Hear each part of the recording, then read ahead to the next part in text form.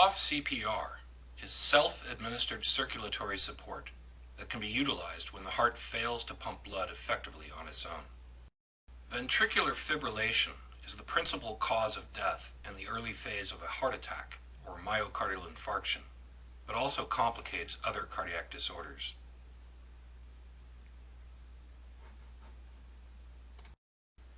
VFib stops the heart from pumping. Consciousness is lost in about 10 seconds as the brain is deprived of vital oxygenated blood flow. Immediate defibrillation and resuscitation are essential to prevent brain damage and achieve meaningful survival. This echocardiogram was recorded in the operating room from a patient undergoing thoracotomy when the heart developed ventricular fibrillation. The right atrium and left atrium are at the top of the image, and the right and left ventricles below. The heart was quivering ineffectively, and the ECG showed the rapid, irregular rhythm of ventricular fibrillation.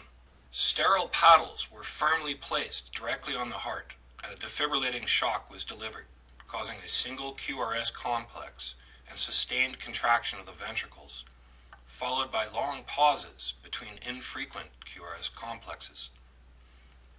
Ventricular pumping was initially ineffectual. The surgeon then repeatedly squeezed the heart manually for 15 seconds, performing open chest cardiac massage until sinus rhythm was restored and the heart began effectively pumping on its own.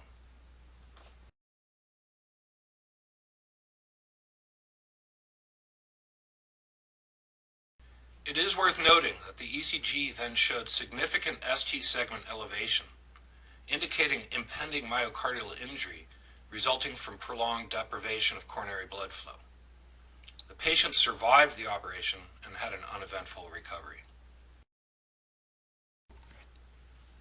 Open chest cardiac massage was the only available salvation from VFib prior to 1960, when Kuvenhoven, Jude, and Knickerbocker published their landmark article describing closed chest cardiac massage, now known as CPR. Prior to acceptance of CPR, surgeons would slash open the chest and manually squeeze the heart until a defibrillator could be applied and a shock delivered. These traumatic events occurred in restaurants and in other public places with rare survival. The breakthrough discovery of CPR was not universally accepted at first. The hemodynamic functionality was questioned, and numerous publications through the next decade cited trauma caused by chest compressions. Another landmark article came in 1976 when Kreiley, Blaufus, and Kissel demonstrated the hemodynamic benefits of coughing during life-threatening events of ventricular fibrillation and heart block. The following cases were recorded in the Cardiac Catheterization Laboratory, or cath lab, which had the only available multi-channel recording equipment capable of documenting this phenomenon.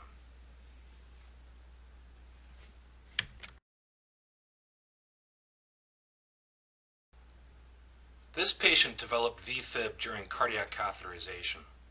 The arterial pressure dropped rapidly, and the monitor technician shouted "cough," while the physician began chest compressions, hampered by the bulky X-ray equipment. It soon became evident that pressure waves produced by coughing were more effective, and chest compressions were halted.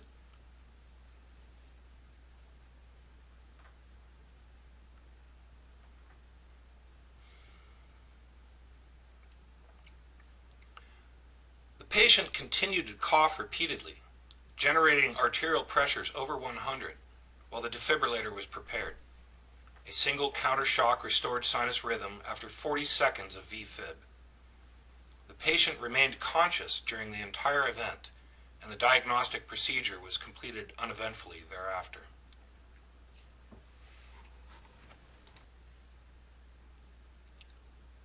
When a pacemaker generator needs replacement, the wire electrodes leading to the heart are disconnected from the old and quickly connected to the new device. A pacemaker-dependent heart will stop beating until the new connection is achieved, which can take up to 10 seconds. This recording shows the ECG, femoral artery pressure, and Doppler flow signal from the brachial artery. The area under the Doppler signal represents the volume of arterial blood flow. 3 paced beats from the old generator were recorded prior to disconnection, followed by 2 seconds without a heartbeat and rapidly declining arterial pressure. The patient was then told to cough twice, and each cough produced 2 robust arterial pulses. The first of each pair of pulses was generated by the cough, and the second from a cough-induced QRS, similar to the electrical activity induced by a chest thump.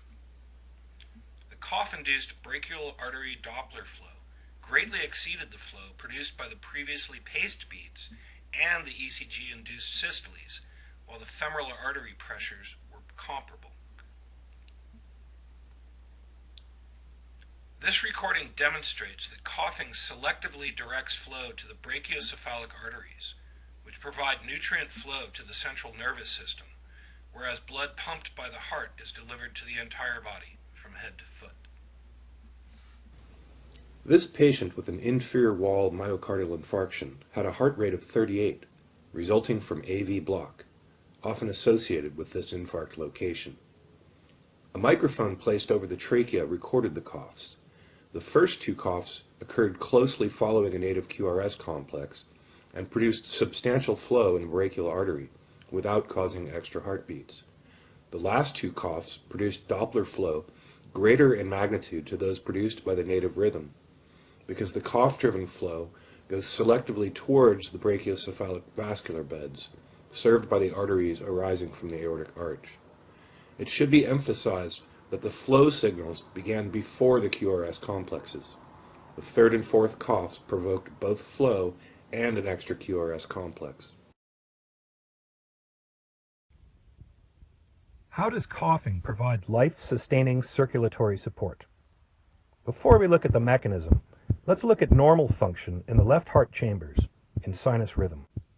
During systole, while the ventricle contracts and ejects blood through the aorta to the arterial system, the left atrium fills with oxygen-enriched blood from the pulmonary veins. During diastole, blood flows passively from the left atrium through the mitral valve into the relaxed left ventricle, and is then given a boost by atrial systole just prior to ventricular contraction.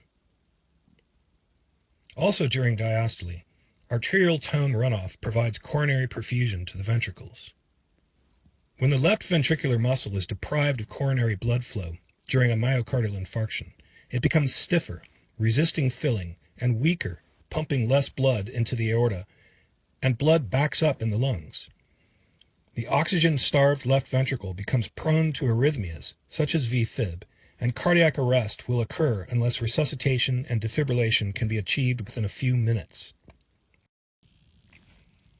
This diagram shows the cardiovascular structures within the thorax during cardiac arrest, with the cerebral vascular bed above, and the diaphragm serving as a movable boundary below, with a gauge indicating intrathoracic pressure during respiration and coughing.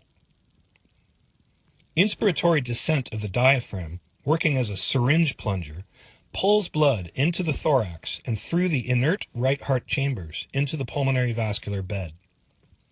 A forceful cough abruptly pushes the diaphragm up, raising the pressure equally throughout the thorax, pushing the blood through the inert left heart chambers into the aorta and through the arteries, serving the brain and upper extremities.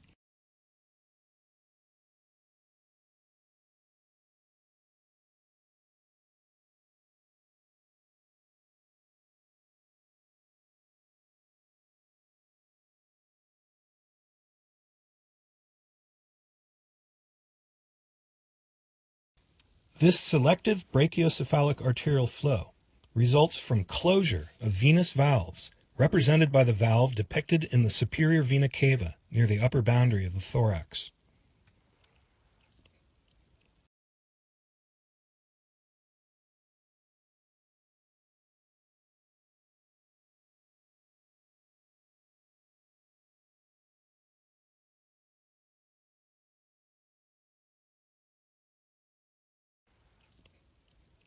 Between coughs, arterial tone runoff provides oxygenated coronary perfusion and flow to the subdiaphragmatic vascular bed.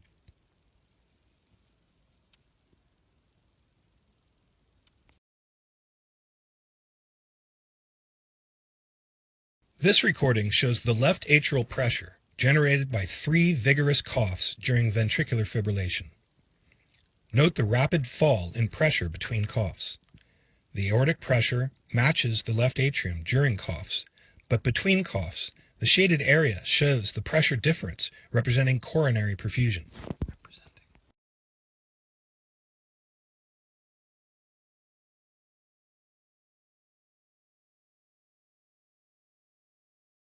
This patient was in sinus rhythm, but with mitral valve regurgitation, had peak left atrial pressures of up to 36. A 6-second bout of coughing relieved the pressure buildup by half, demonstrating that coughing can be a more effective method of moving blood from congested pulmonary vasculature than even normal cardiac pumping.